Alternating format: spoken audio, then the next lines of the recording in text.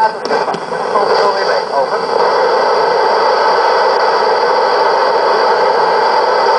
Ja, we hebben hier zeker verschillende klokken en allemaal horloges, want we werken hier met de Spitsvliegtuig. Dat is de tijd die overal in de wereld gebruikt wordt voor de luchtvaart en voor de ruimtevaart. En ja, op die tijd werken wij, maar we hebben natuurlijk ook een klok die op de simulatie komt in Nederland is. Over.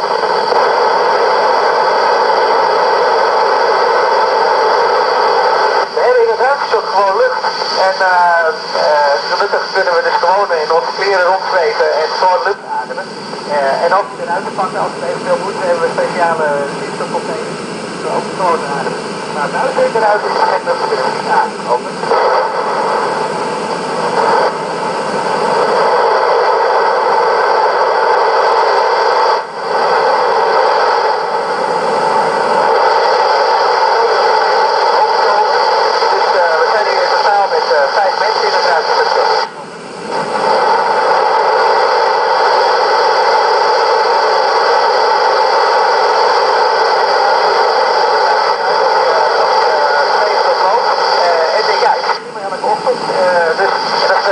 Je mag zitten, dan moet je met haar over zitten. Dan doen ze een stofzuiger. Dan moet je even aan de hand.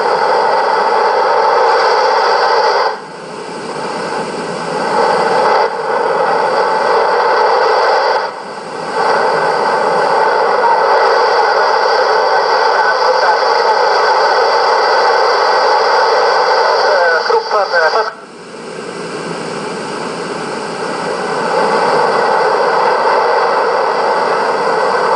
nou, in de ruimte is het geen licht. Dus dat betekent ook dat ik wil graag wel weten of die plantjes welke kant ze nou op groeien. Want daaronder is en daarboven is in de ruimte weten ze dat niet. Dus daar is en ook voor jullie laten zien hoe je wetenschappelijk experiment doet. Over.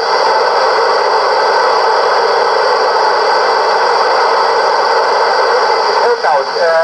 Heel warm. Wat is er aan?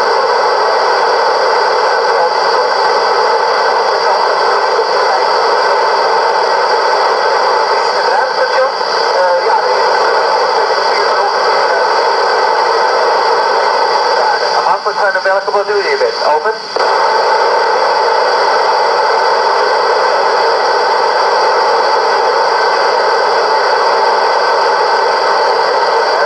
En zo verder natuurlijk. Collega's bij de